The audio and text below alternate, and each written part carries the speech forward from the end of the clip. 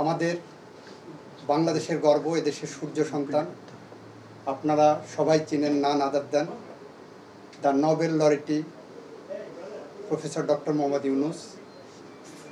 তিনি ইতিমধ্যেই বাংলাদেশের মানুষের আশা আকাঙ্ক্ষার প্রতীক হিসাবে সামনে এসেছেন এবং যাকে ইতিমধ্যেই আমাদের এই সংকটকালীন সময়ে কাণ্ডারি হিসাবে সামনে আনা হয়েছে। তার প্রতি আমি ধন্যবাদ জানাচ্ছি, কৃতজ্ঞতা জানাচ্ছি।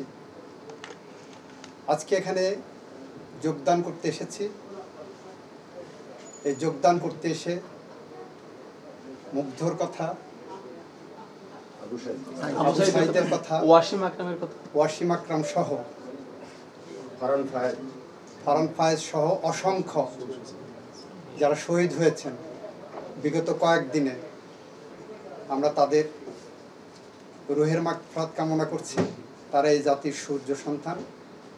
সারা জীবন তাদের প্রতি আশা করি এই জাতি শ্রদ্ধার সাথে স্মরণ করবেন।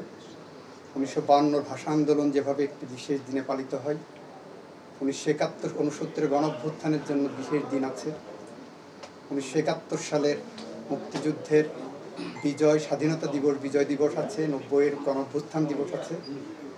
বাংলাদেশের দ্বিতীয় প্রজন্মের এই মুক্তিযুদ্ধ দিবস আশা করি সরকার পালন করবেন, যাতে করে তাদের আত্মা, তাদের অবদান, ছাত্রদের অবদান চির অম্লান হয়ে থাকে। আমি মানবাধিকার কর্মী। আমি এই অফিসে প্রশ্ন যেটা করেছেন, এই অফিসে আমি যোগদান করেছি। আমার চেষ্টা থাকবে, আমি প্রজাতন্ত্রের প্রধান আইন কর্মকর্তা হিসাবে, অ্যাটর্নি জেনারেল ফর বাংলাদেশ, আমার চেষ্টা থাকবে এদেশের আপামর জনগণের অধিকার প্রতিষ্ঠায় এই অফিস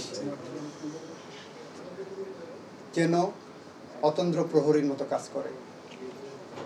এদেশের মানুষের অধিকার প্রতিষ্ঠার জন্য 1971 সালে যারা জীবন দিয়েছিলেন, এদেশের মানুষের অধিকার প্রতিষ্ঠার জন্য 2024 সালে এসেও যাদেরকে জীবন দিতে হয়, আমরা প্রত্যাশা করব আগামীর বাংলাদেশ হবে তাদের রক্ত ঋণ পরিশোধ করার জন্য।